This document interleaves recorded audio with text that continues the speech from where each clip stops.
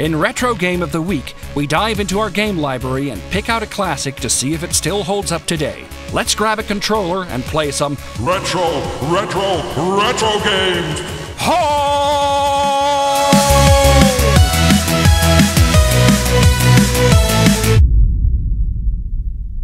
That's right, our Retro Game of the Week feature is back, and this year we're moving on to the PlayStation, Saturn, and Nintendo 64 era. We get things rolling with Legacy of Kain Soul Reaver on the PS1.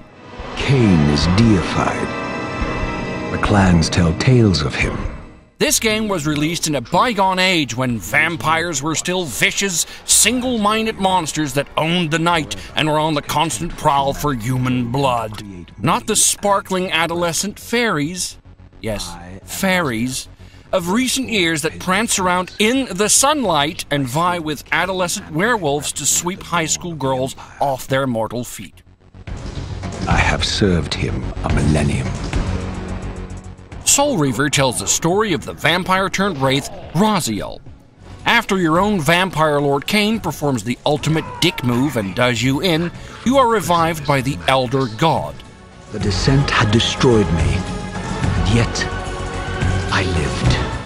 Not that that's much of an improvement, as you were turned into his personal bitch forever ready at his beck and call. Well, at least you get a cool name out of it, Soul Reaver. Become my Soul Reaver, my angel of death. Also, there's enough downtime in the soul reaving business to exact some ice-cold revenge on your former master. The cutscene-heavy story of Soul Reaver was mind-blowing at the time.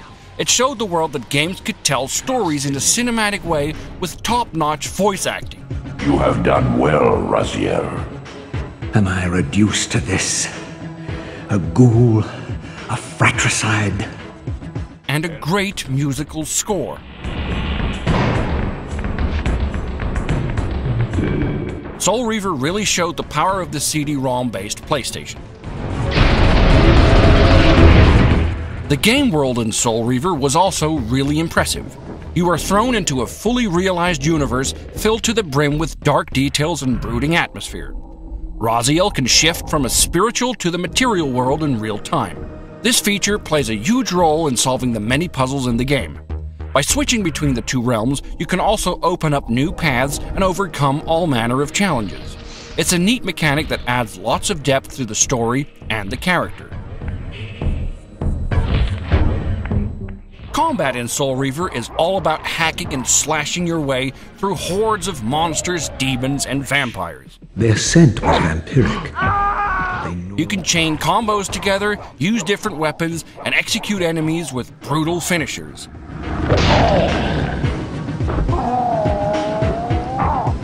The fighting can get a little repetitive at times, as the game loves to throw horde upon horde of enemies at you. However, you can keep things interesting by switching weapons and mixing combat styles. The tail end of Soul Reaver is a major downside to this otherwise awesome game. You can clearly tell that the developers were rushing this bit in order to get the game in stores. Environments become more and more closed off, and the story ends in a very unsatisfying way. May you find peace here, Raziel.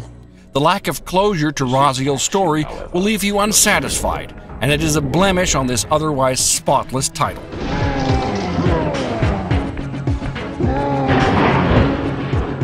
There is no doubt that Soul Reaver is one of the finest action titles ever to appear on the PlayStation. It has a cool universe and fantastic voice acting, and the ability to swap between realms to solve puzzles is just awesome. Whether you've never played this game or did years ago when it first came out, Soul Reaver is still totally worth your time, even if the ending is a bit crap. What I have made, I can also destroy, child. Damn you, Kain! You are not God! This act of genocide is unconscionable!